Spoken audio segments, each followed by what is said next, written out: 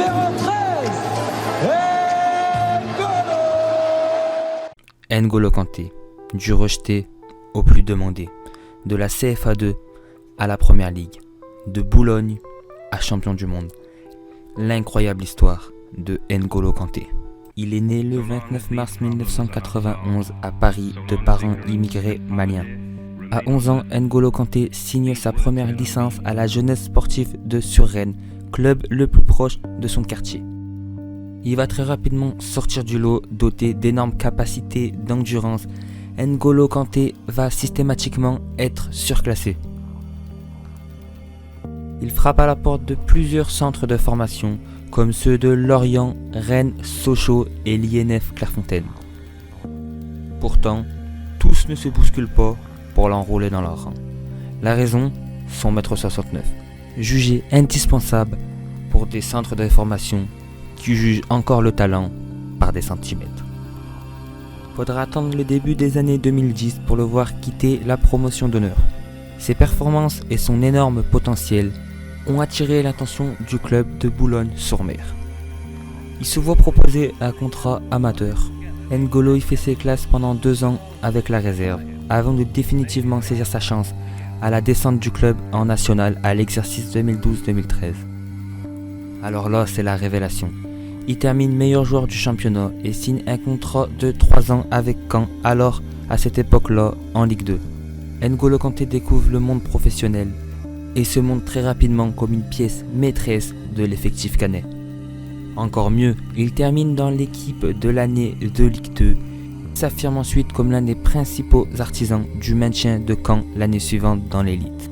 Là où certains joueurs claquent leur première fiche de paye dans une voiture de luxe, lui s'achète alors un logement et une Renault d'occasion, pour remplacer sa trottinette avec laquelle il venait à l'entraînement.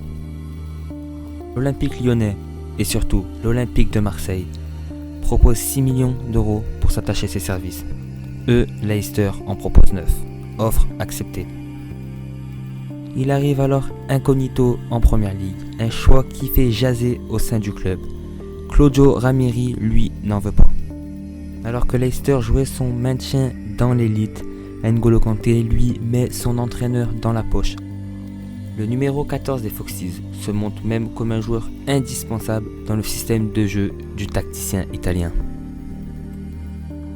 Artisan majeur de l'improbable titre de Leicester en Première Ligue, avec notamment Jimmy Vardy et un certain Riyad Mahrez.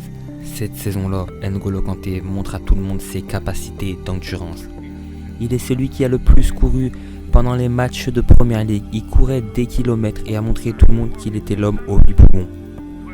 Ses performances avec Leicester lui ouvrent les portes de l'équipe de France. Lors de l'exercice suivant, N'Golo Kanté découvre enfin les exigences d'un grand club européen.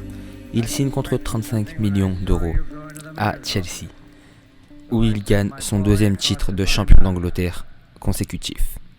Il termine meilleur joueur de Première Ligue et succède à l'un de ses anciens coéquipiers, Riyad Mahrez.